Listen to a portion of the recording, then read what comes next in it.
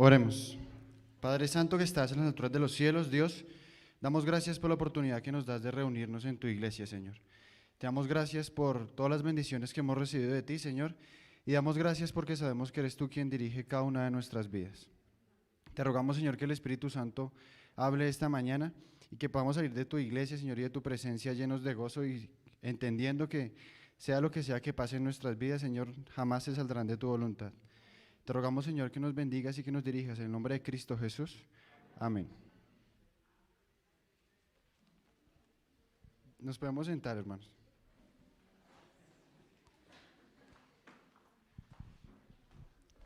Bueno, hermanos, el tema que traigo esta mañana nace de una conversación que tuve con mis compañeros de universidad. Nosotros ya estamos en 9º semestre y hace poco tuvimos una reunión sobre nuestras prácticas profesionales y después de la reunión nos quedamos todos hablando y en esa reunión que tuvimos todos empezamos a hablar y a recordar. ¿Usted sí se acuerda que usted no tenía plata para tal semestre? ¿Usted sí se acuerda que usted no, todo el mundo decía que usted no iba a poder ser esto, usted no iba a poder ser lo otro? Yo me acuerdo mucho de un compañero que a nosotros nos colocan a predicar en clase.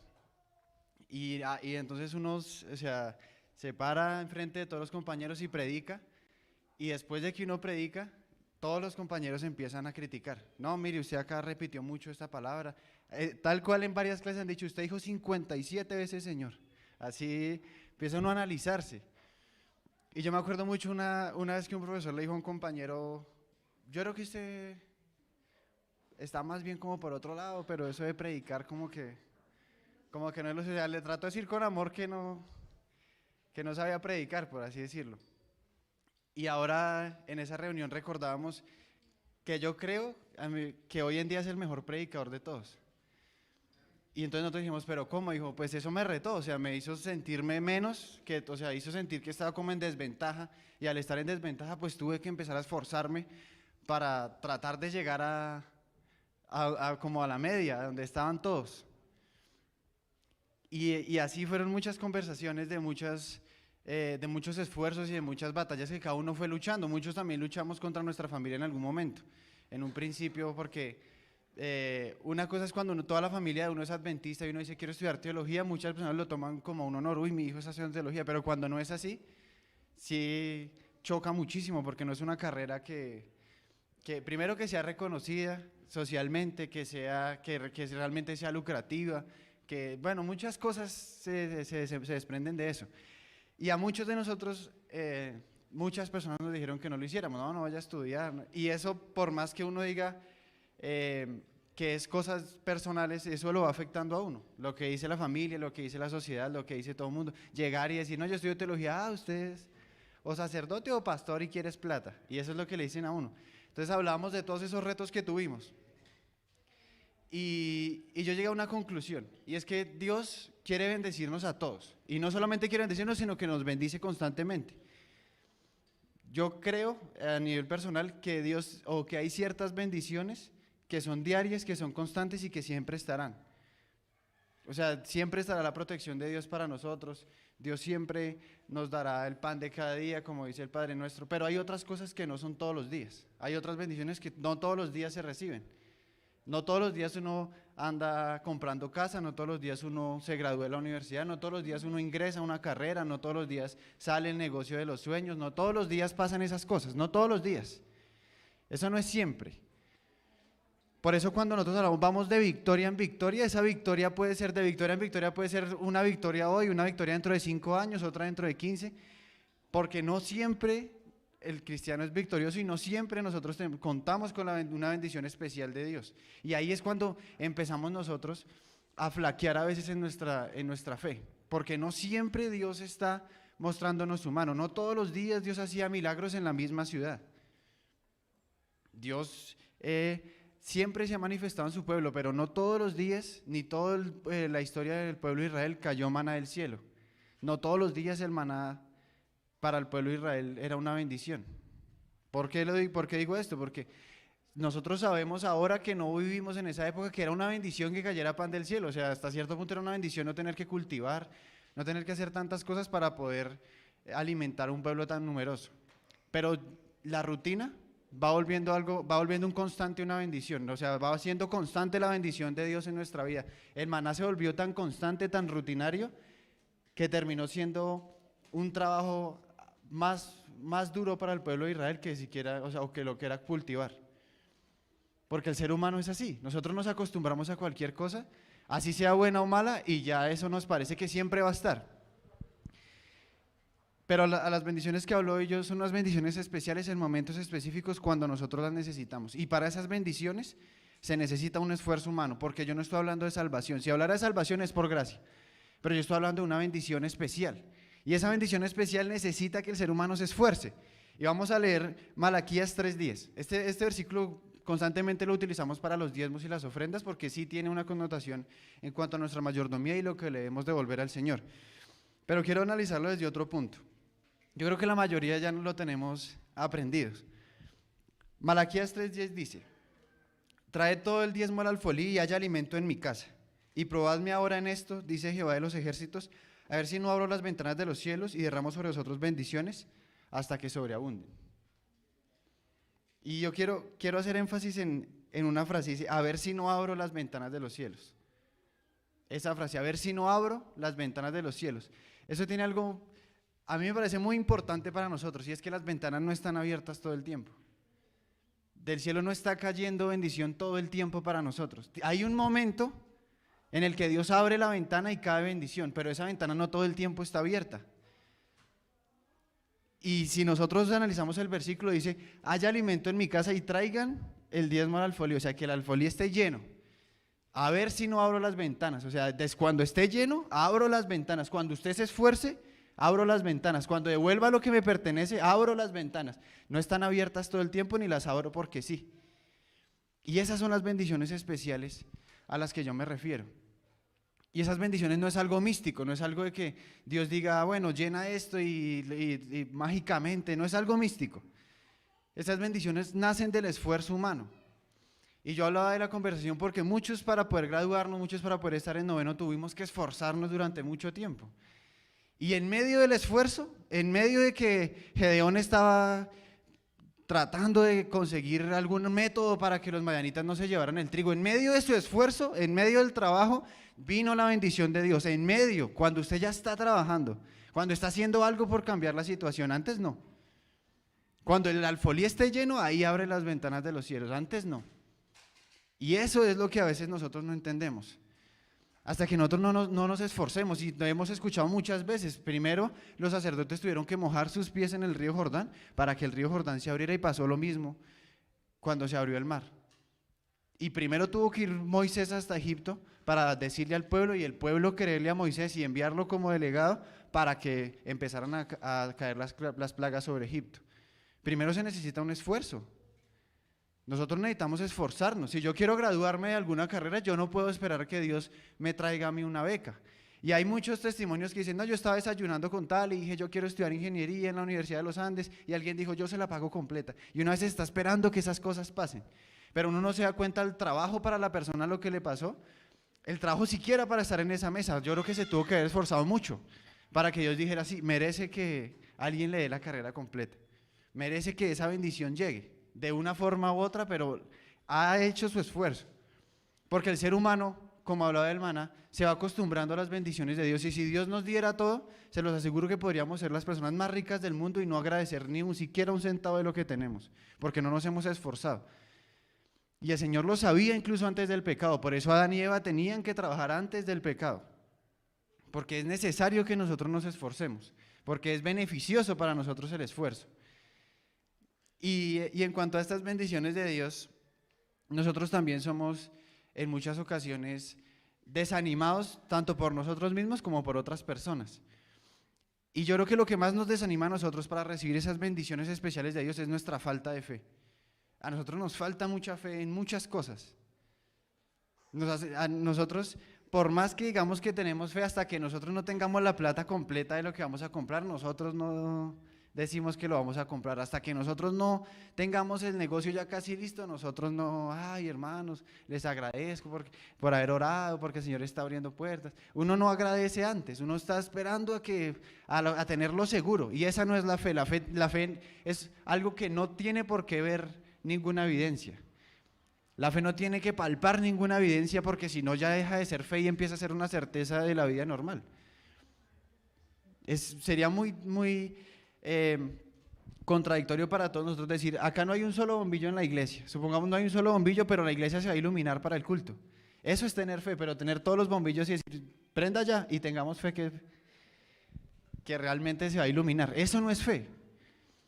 Y por supuesto nosotros tenemos que hacer ciertos planes antes, tenemos que hacer cálculos, muchas cosas para que nuestras bendiciones o para que Dios bendiga nuestras vidas. Pero también necesitamos esa fe que no necesita ver nada. Yo recuerdo mucho un compañero, Anderson se llamaba, él creo que ya se graduó. Anderson llegó a la universidad y él venía del ejército, él hizo como 10 cursos, él era francotirador y muchas cosas en el ejército. Había hecho muchos cursos y había sido el mejor de la generación suya en el ejército. Pero él era muy noble, a pesar de todo eso era muy noble, una persona muy noble. Y los papás de él tenían una finca creo que era por los lados de Arauca, y allá había mucha guerrilla. Entonces los papás eran más dados a ayudar al ejército que a la guerrilla. Y siempre hubo como esa rivalidad, y él se fue para el ejército y él era como o sea, para el papá él era lo mejor del mundo por haber ido al ejército, era su mejor hijo, estaba supremamente orgulloso, pero él decide salirse del ejército a pesar de toda la carrera que podía tener y fue a estudiar teología. Pero cuando fue a estudiar teología pues no contó con el apoyo de nadie y llegó a Medellín solamente con lo del pasaje. Y a él lo pusieron a vivir en el mismo cuarto donde yo estaba durmiendo, en un semestre, de los primeros semestres que yo estuve en la universidad. Y yo recuerdo que Anderson todas las noches empezó a orar.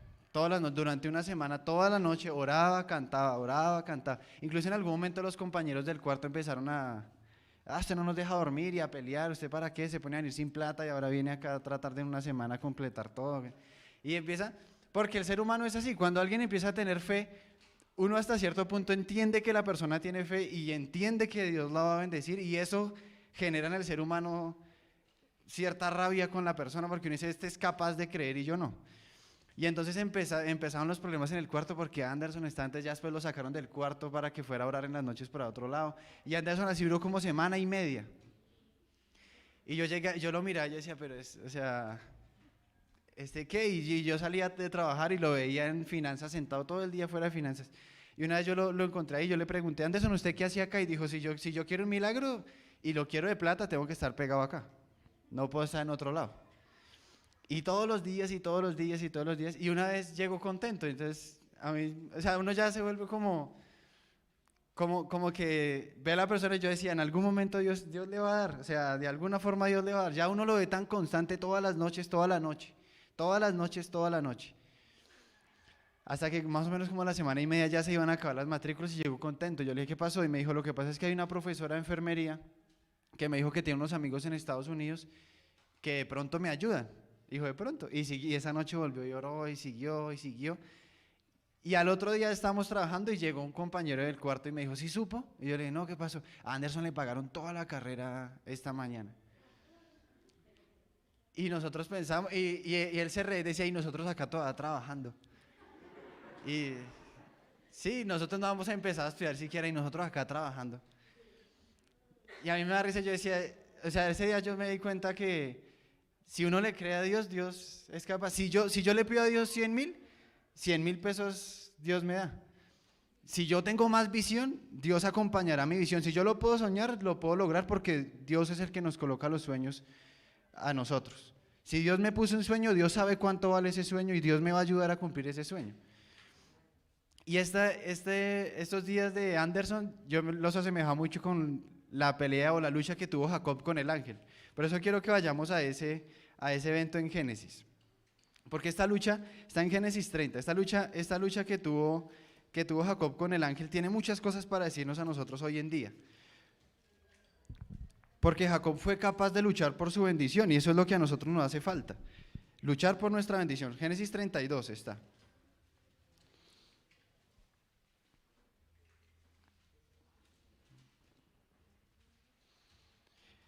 Dice el versículo 22, se levantó aquella noche, tomó a sus 2 mujeres y a sus 2 siervas y a sus 11 hijos y pasó el vado de Jacob, de Jaboc.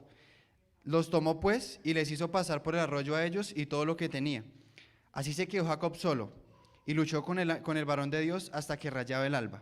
Vamos a dejarlo hasta ahí. Acá Jacob está siendo perseguido por su hermano Esaú. O sea, él siente que ya que se va a morir, y realmente la muerte era hasta cierto punto justa porque había engañado a su hermano. Y hay un aspecto interesante de Jacob, y es que Jacob era el hijo de la mamá. O sea, Jacob, según lo que uno analiza, haciendo cronología, lo que algunas personas, la gran mayoría dice, es que Jacob ya tenía 70 años cuando engañó a Isaac, y no tenía esposa, no tenía hijos, no casaba, no cocinaba, no, o sea, una persona de 70 años pegada a la mamá. Ese era Jacob. Por el contrario, ahí es donde uno entiende a Isaac, porque por el contrario, Esaú ya tenía 2 esposas, ya tenía hijos, ya casaba, era un hombre de guerra, era el que defendía. Y en un momento sociocultural en el que yo necesito tener hartísimos hijos para que peleen, porque cualquier persona viene a saquear, y no solamente a saquear, sino si quieren mi territorio, me matan a mí y a toda mi familia y se quedan con mi territorio. Yo necesito que mis hijos sean guerreros.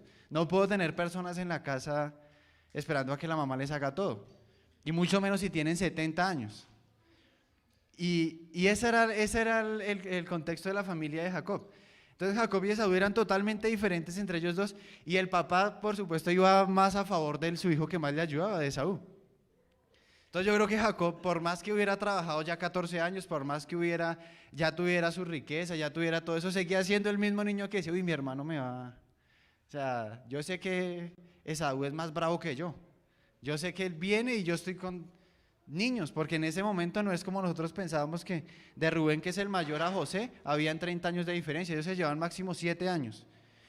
Entonces eran todos unos niños, o sea, no había forma de tener ejército, de tener criados, de tener absolutamente nada. Lo único que podía hacer Jacob en ese momento en el que Dios lo puso era confiar en Dios, porque no había más. Si Esaú lo quería matar, lo iba a matar. Y quiero decir esto antes de seguir con el tema, y es que Esaú, yo creo a nivel personal que Esaú sí lo iba a matar. Porque si yo no voy a matar a alguien, yo no salgo con tanto ejército a encontrarme con mi hermano. Yo no voy a una visita familiar con 20 amigos míos listos y armados. O sea, él iba con muchísimos hombres, soldados de guerra, iba a encontrarse con Jacob. Yo creo que hasta cierto punto decía, si ya se volvió rico, si ya tiene ganado, yo voy y cojo eso porque eso me pertenece, porque me robó la bendición. Y entonces, en ese momento Jacob empieza o hace lo que todos nosotros deberíamos hacer por nuestros sueños, por nuestra vida, por nosotros mismos. Primero, quedarnos solos y entender que todo lo que nosotros cumplamos en la vida tenemos que cumplirlo solos. Hay personas que nos van a ayudar, pero si yo no me ayudo a mí mismo, si yo no trabajo por mí mismo y si yo no entiendo que en mi sueño estoy solo, no lo voy a cumplir. Porque en el camino todos nos irán dejando solos poco a poco, y no porque sean malas personas, sino porque cada quien tiene su vida, cada quien tiene sus cosas. Yo me acuerdo que muchos compañeros decían, en mi iglesia me dijeron que me iban a ayudar y a mí nadie me ayudó. Y es lo normal, porque todos tenemos nuestros gastos, todos tenemos nuestras luchas. Y si yo no entiendo que yo tengo que luchar solo por mis sueños, si yo no entiendo que tengo que luchar solo por mis proyectos, solo por la bendición de Dios, si no me aparto de mi familia, si no me aparto de todo eso y dejo de pensar que los demás lo van a hacer por mí, no vamos a llegar a ningún lado. Y el sueño que tenemos no va a llegar a ningún lado, porque en cualquier momento pasa cualquier cosa. Puede que alguien nos diga, no, tranquilo, yo le presto. Y cuando uno dice, ay, ¿se acuerda que usted me prestaba el lunes? Uy, no, pero me cortaron la luz y me tocó pagarla y no, ya no tengo. Y ahí ya quedó. Ahí ya quedó todo lo que nosotros de pronto estábamos esperando. Por eso no podemos confiar en nadie más. Y entonces Jacob se queda solo, y Jacob hace algo que hizo Anderson, y es pelear hasta el alba. Pelear hasta donde las fuerzas den, pelear hasta que no, tener esa constancia, hasta que no me lo den, yo no dejo de hacerlo.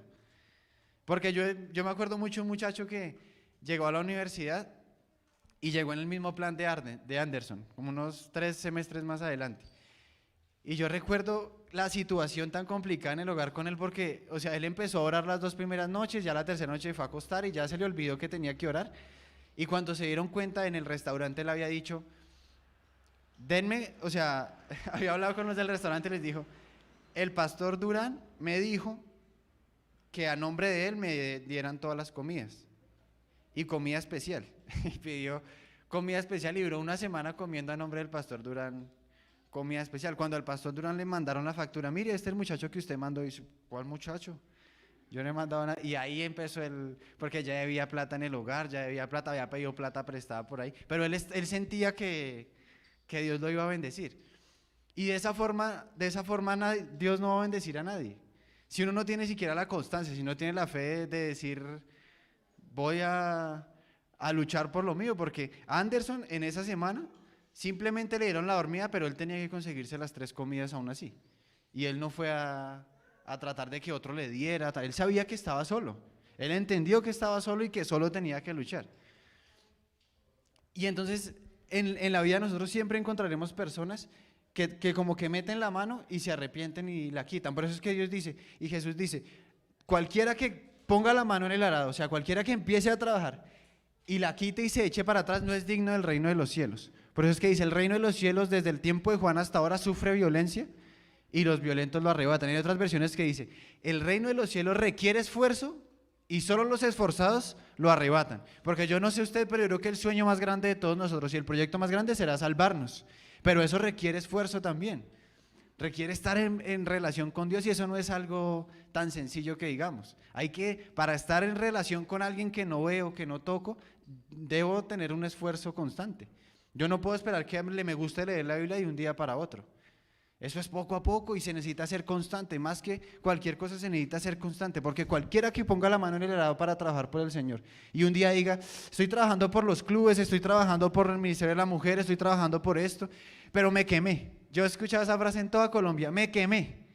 Yo trabajé por los clubes 5 años y me quemé. Yo trabajé 10 años y me quemé. Si usted pone la mano en el arado, pone la mano para trabajar por el Señor y de un momento a otro siente que se quemó y deja de trabajar por Dios, se lo aseguro que su vida va a pique.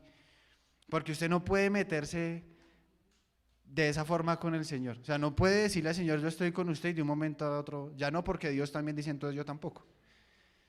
Y yo he visto vidas destruidas, totalmente destruidas por esa frase, me quemé. Trabajé en la iglesia un tiempo, pero me quemé. Y ahora yo quiero estar libre. Y yo no estoy hablando de trabajar teniendo un cargo, yo estoy hablando de ir también a dar estudios bíblicos, de realmente hacer un esfuerzo. Nosotros podemos tener muchas disculpas ante los seres humanos, pero Dios sabe cuándo queremos y cuándo no queremos. Y por eso también en nuestros proyectos no podemos decir, yo me quiero graduar, pero me quemé. Y por eso hay personas que llevan 4 o 5 carreras, 3 apartamentos han visto, 5 carros han visto, han tenido 6 novias y a ninguna, porque todo el tiempo meten la mano y se quitan, meten la mano, este apartamento en Swatch, pero no, porque no hay Transmilenio, en Molinos, pero tan cerca, y cuando usted se da cuenta no tiene nada. Y posiblemente tenía los recursos, pero no tiene nada porque uno no puede andar iniciando cosas sin terminarlas. Uno no puede, y mucho menos cuando uno mete a Dios en las ecuaciones, y mucho menos cuando Dios está en el negocio, cuando Dios está en el apartamento. Cuando yo oro y le pido a mis hermanos, yo no puedo dejar eso a la mitad. Yo no puedo decir, bueno, voy por acá, hermanos, ayúdenme a llegar allá, y en el camino se vuelve dándole excusas. No, hermanos, lo que pasó es que fue esto, Uno no puede ser así en la vida. Porque hubiera sido peor para Jacob luchar contra el ángel y a medianoche irse a dormir. Porque ¿por qué luchó entonces? Y hay algo acá implícito, y es que una cosa es ser David y decir, este gigante está tratando al pueblo de Israel como si no tuviera Dios. Está por debajeando al Dios de Israel y voy a defender al Dios de Israel. Eso es una cosa. Se necesita valentía, pero una cosa es saber que yo estoy luchando con Dios a mi lado. Pero se necesita mucha más valentía para luchar en contra de Dios. Y nosotros, a pesar de que suene contradictorio, debemos empezar a luchar en contra de Dios en muchas cosas. ¿Qué pasaría si una pareja de novios en las que el Señor, por muchos consejos en la Biblia, les dice no pueden estar juntos, lucharan en contra de Dios? ¿No se han puesto a pensar en eso? ¿Qué pasaría si las familias no están de acuerdo? Pero no luchan con la rebeldía de malas y yo sigo con mi vida, sino luchan con la rebeldía, vamos a orar y vamos a consagrarnos y vamos a orar y vamos a seguir orando y vamos a seguir orando. O Dios los unirá y dirá, bueno, listo, los voy a unir y voy a aparejar todo, o los separará de la mejor forma, pero no termina como terminan normalmente esos noviazgos. Si Dios me dice a mí que no me puedo meter a un negocio y yo lucho, pero no lucho con rebeldía, sino lucho con Dios en oración, Señor, pero entonces dígame cuál, pero entonces yo necesito, mire, si no es por acá, entonces dígame por dónde. Y si yo lucho y lucho y lucho en oración, algo tendrá que salir. Pero luchar con Dios necesita mucho esfuerzo mental y mucha consagración también. Porque yo puedo estar luchando contra Dios con rebeldía y ese es el peligro de tratar de luchar contra Dios, que hay que saber cómo estoy luchando. Y acá es donde quiero leer la siguiente parte.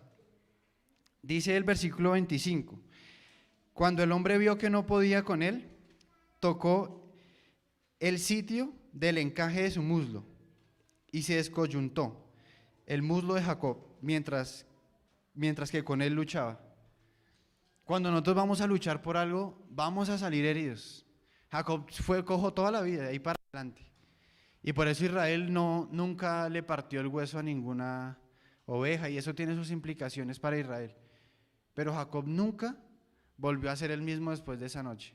Jacob salió herido de esa batalla. Y nosotros tenemos que estar dispuestos a ir y que nos den golpes y resistir esos golpes, pero nos van a dar golpes, la vida nos va a dar golpes. El sueño nos va a dar golpes, el apartamento posiblemente vamos a tener 2 o 3 veces casi que perderlo y vamos a recibir golpes, pero necesitamos seguir luchando porque es que ese es como el conducto regular de Dios. Porque Dios es como un papá. ¿Qué hacen los que son papás? Yo creo que cuando a su hijo les dicen, mire papi, yo quiero, porque cuando uno es chiquito uno quiere ser todo, entonces no papi, yo quiero ser médico, y entonces el papá uno le empieza a mostrar, ¿quiere ser médico? Venga, le muestro, mire ese charco de sangre, ¿sí puede? Y muchos, uy, no, entonces no sirve. Y así empiezan muchos papás a mostrarle a uno y a guiarlo y a orientarlo. Y de esa misma forma hace Dios. ¿Usted quiere recibir esto? Venga, le muestro a ver si sí es capaz, venga. Y lo enfrenta a uno con esos problemas. Muéstreme que usted sí quiere. Eso yo creo que pasó y nos ha pasado a todos. Dios en muchas ocasiones nos ha puesto en situaciones, muéstreme que sí quiere ese apartamento, muéstreme que se quiere esforzar. Porque yo creo que todos los que han tenido algo, los que han podido comprar un apartamento, los que han podido cumplir algún sueño que tengan, en algún momento tuvieron que dejar muchas comodidades y muchos gustos que tenían por poder cumplir ese sueño y por poder cumplir esa meta. Y ahí es donde Dios dice, muéstreme que usted sí quiere. Necesito que me muestre, esto no puede ser solamente que a usted se le ocurrió hoy tener esto. Muéstreme que quiere. Y eso fue lo que hizo al lastimar a Jacob, pues muéstrame que va a seguir luchando. Muéstrame que a pesar de lo herido que está, va a seguir ahí. Y ahí es donde nosotros muchas veces caemos. Primero, muchos no empezamos a luchar con Dios. Segundo, muchos empiezan a luchar con rebeldía. Y tercero, en el primer momento, dejan eso botado. La primera crisis, cancelemos, dejemos botado eso. Y yo hace poco tiempo estuve analizando que la iglesia en Colombia está en esa tónica en cuanto al coronavirus.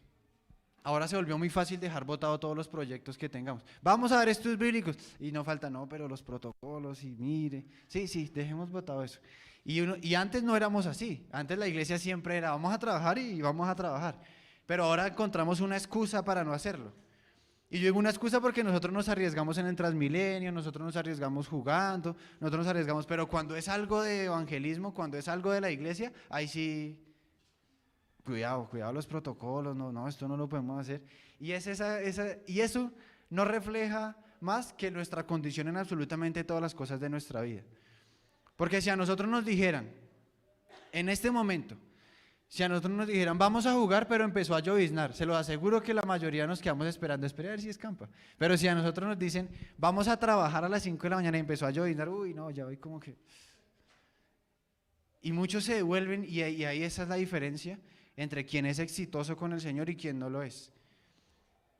Y yo sé que esto suena duro, pero puede que muchas personas que están acá no son exitosas y creen que son exitosas, porque juntan la iglesia con su vida y sienten que porque son directores de tal cosa, entonces ya son exitosos. Y una cosa es trabajar por Dios en la iglesia y otra muy diferente es haber luchado con el ángel en mi vida personal, porque mi vida personal es algo totalmente aparte.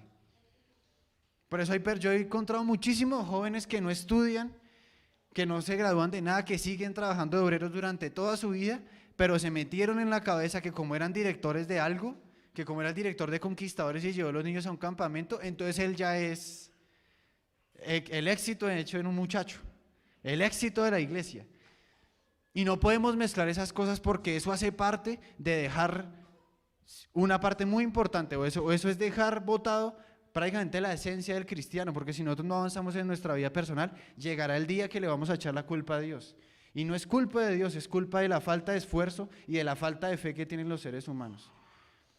Y si a eso le sumamos las malas concepciones que tenemos de la segunda venida, muchas personas, yo estoy seguro y mis compañeros me explicaban la vez pasada, en el Urabá antioqueño, por la parte de Antioquia, hay muchas personas de la iglesia que no estudian. O sea, ellos no estudian, no, porque ellos están convencidos que para qué estudiar una carrera profesional si Cristo ya viene. Y yo sé que eso también está regado por toda Colombia y por todo el mundo. Yo recuerdo que una vez cuando había un muchacho que estaba dando cursos de cocina en la iglesia, cuando yo me iba a ir a estudiar teología, él me dijo, ¿usted se va a estudiar teología? Yo le dije, sí. Y me dijo, ¿pero para qué? Si la Elena G. White dice, mire, acá dice que la obra organizada se va a acabar, ¿para qué va a estudiar? Eso Jesús no va a llegar a quinto semestre, ya estoy que me gradúo y no ha venido. Pero ¿qué tal si yo digo sí? Y ahí es donde está la siguiente parte. Vamos a leer el siguiente versículo, que es el versículo 26. Y acá es donde caemos, muy poquitos pasamos de ahí. Dice, y dijo, déjame porque raya el alba. Y Jacob respondió, no te dejaré si no me bendices. Eso, déjame porque raya el alba, está hablando Dios, está hablando el ángel de Dios.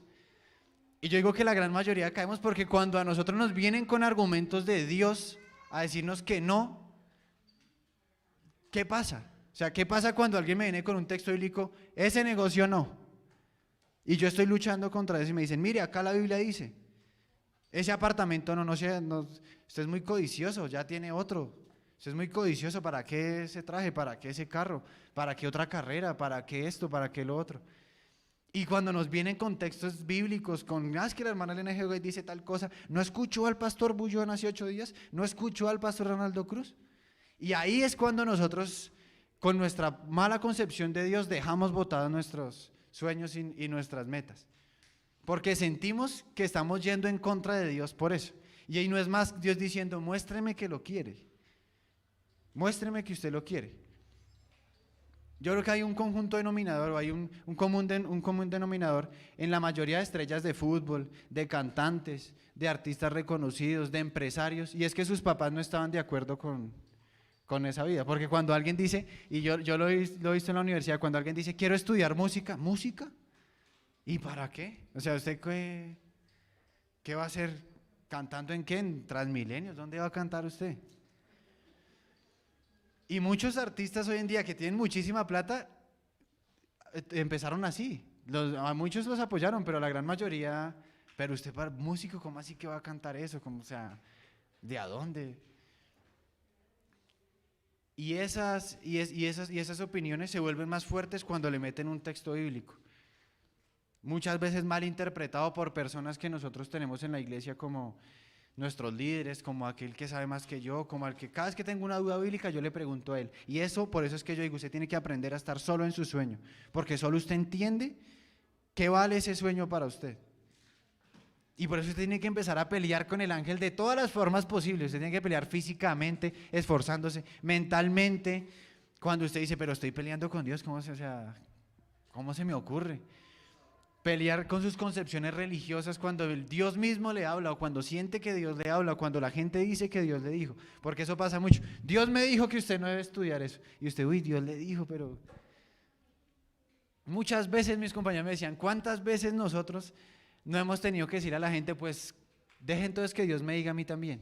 Si le dijo a usted, me tendrá que decir a mí. A nosotros muchas veces, no, muchacho, mire, Dios me dijo que usted no, váyase para su casa otra vez. Muchas veces nos dijeron eso. Y muchas veces nos dirán eso, mire, Dios me dijo que ese apartamento, usted sí supo allá donde están haciendo esos apartamentos, o donde usted quiere comprar ese lote, pasó tal día tal cosa, pasó tal día tal otra, o para qué si ya viene el Señor Jesús, y todas esas cosas van retrasando nuestros sueños y muchas veces los dilapidan, los acaban. El Señor Jesús vendrá en el momento que Él lo decida, pero que cuando llegue nos encuentre esforzándonos por nuestro sueño. Eso es lo que yo creo que a Dios más le impacta. Por eso yo quiero, para finalizar, mencionar un una parte de la Biblia o un apartado de la Biblia que nosotros a veces hemos malinterpretado. Y es que todos los discípulos están en la barca, esperando a Jesús porque Jesús les dijo, adelántense. Y yo me quedo orando. Y todos están en la barca esperando a que el Señor Jesús venga, a que el Señor Jesús llegue. Y cuando ven viendo, o sea, cuando el Señor Jesús va viniendo, lo primero que hacen es pensar que es un fantasma. Hay una parte de ellos que no cree, primero, no cree siquiera en la posibilidad de que algo extraordinario pase. Y todos dicen, es un fantasma. Esa es la descripción más lógica que yo le encuentro a que venga alguien caminando por el agua.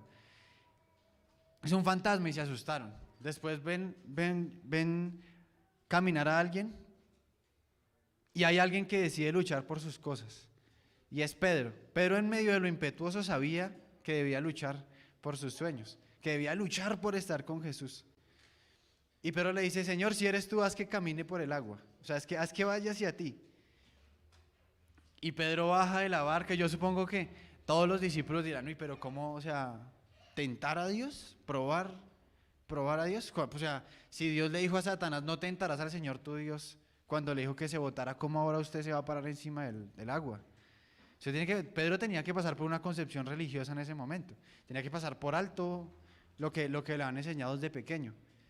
Y Pedro se baja de la barca y empieza a caminar. Y nosotros siempre hemos visto, bueno, Pedro quitó los ojos de Jesús, bueno, tuvo la crisis que tuvo en ese momento. Pero yo creo que para Jesús era más valioso un Pedro hundido, que se salió de la barca, que los otros 11 que no fueron capaces siquiera de reconocer que era él. Yo creo que a Dios es más valioso para Dios un hijo suyo que pierde el apartamento porque confió que podía tener un apartamento, a los otros 100 que no tienen nada y que creen que la bendición de Dios está con ellos. Para Dios es más valioso alguien que así esté fracasado, pero que haya creído que podía hacer algo distinto a los demás.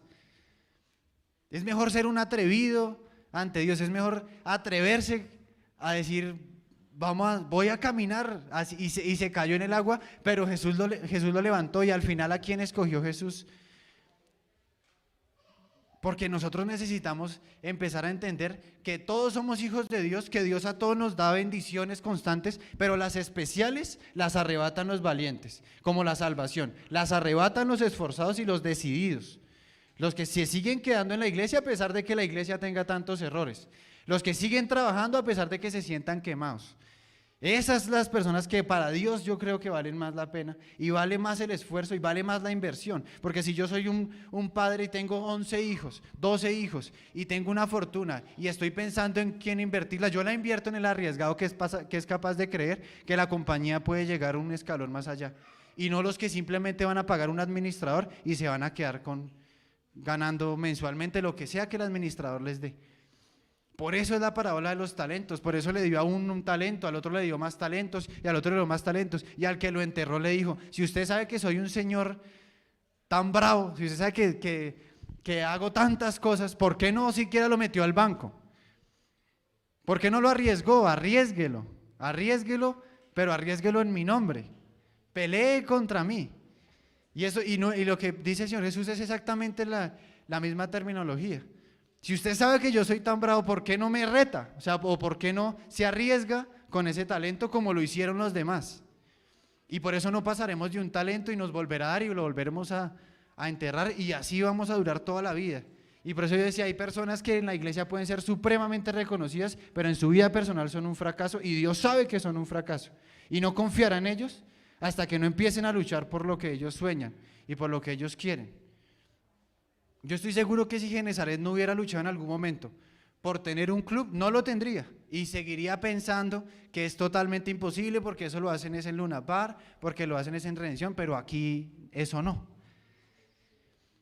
Aquí en Colombia eso no se da. Alguien que se gane todo, aquí no se da.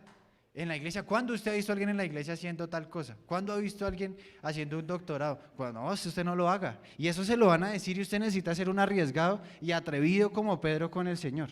Porque así es que se gana. No hay otra forma de ganar, así es que usted gana, así es que los cristianos ganamos, así es que llegamos a la meta. Y se acordará de mí que cuando usted llegue a la meta, los que lo desanimaron, los que quisieron hablar en nombre de Dios, los que quisieron hablar en nombre de hombre, sea sensato, los que hablaron mal de usted, cuando usted esté en su meta, van a decir, lo logramos juntos. Pero el camino le va a dar tantas heridas que usted va a tener la humildad de decir, listo, lo logramos ya. No importa quién diga, no importa quién tome el mérito, porque mi sueño está y mi sueño es más importante que lo que el resto de personas quieran pensar. Y ese es el llamado que el Señor nos hace esta mañana. El Señor nos quiere llamar a que, yo sé que acá en esta iglesia puede ser muy niño, puede ser muy adulto, puede ser lo que quiera en la situación en la que esté, pero todos tenemos un sueño y todos tenemos una meta y todos tenemos ese negocio. Y yo creo que Dios nos quiere retar, hágale, avance, que si se cae yo lo levanto. Pero es más valioso un Pedro hundido en el mar o ahogándose pidiéndome auxilio que los otros 11 que se quedaron en la barca y no fueron capaces siquiera de reconocer quién era el que caminaba hacia ellos. Y eso es lo que Dios quiere. Y yo le invito a que piense en ese sueño en este momento. Vamos a orar. Y yo les invito a que se coloquen de pie las personas que están dispuestas a pelear con el Señor. Y usted tiene que estar dispuesto a pelear con Genesaret, tiene que estar dispuesto a pelear con todas las personas que siquiera se atrevan a tratar de derrumbarle ese sueño. Pero tiene que cumplirlo y si Dios quiere, de aquí a unos 5 años, sería muy bonito poder reunirnos y darnos cuenta que todos cumplimos ese proyecto que Dios nos puso en nuestro corazón. Si usted lo pensó, Dios ya sabe que usted lo está pensando. Si usted lo soñó, Dios ya sabe que usted lo está soñando. Y Dios sabe cuánto vale ese sueño. Dios sabe cuánto cuesta, Dios sabe de a dónde. Confíe en el Señor y Dios hará grandes cosas hasta el último día que usted se esfuerce, Dios estará ahí con usted. Vamos a orar. Padre Celestial que estás en las alturas de los cielos, Señor, te damos gracias por haber puesto sueños tan grandes en medio de tu pueblo, Señor. Porque Israel en algún momento soñó salir de la esclavitud y fue posteriormente, Señor, uno de los reinos más prósperos de esa tierra. Porque soñaste salvar la humanidad, Señor, y lo cumpliste. Porque soñaste que de un grupo de 12 hombres llegara un mensaje a nivel mundial y lo cumpliste. Así, Señor, hoy confiamos en ese Dios que ha cumplido tantos sueños, Señor, y que ha llevado tantas metas a cabo, para que, Señor, en nuestra vida personal cumplas nuestras metas y nuestros sueños. Para que nos ayudes a esforzarnos, a dejarnos dirigir por ti, Señor, y para que ayudes a cada uno de tus hijos que están acá presentes, Señor, a en algunos años darte gloria, porque hasta aquí nos has ayudado, Señor, y nos seguirás ayudando. Te rogamos, Señor, que nos bendigas y que nos dirijas, Señor, y que los sueños que tiene esta tu iglesia también puedan ser llevados a cabo, Señor, y podamos tener esa fe que mueve montañas y esa fe que mueve lo más valioso en el mundo, que es tu poder y tu bendición. Te rogamos que nos dirijas y que el Espíritu Santo nos dé sabiduría en el camino que emprendemos. Todo esto te lo rogamos en el nombre de Cristo Jesús. Amén.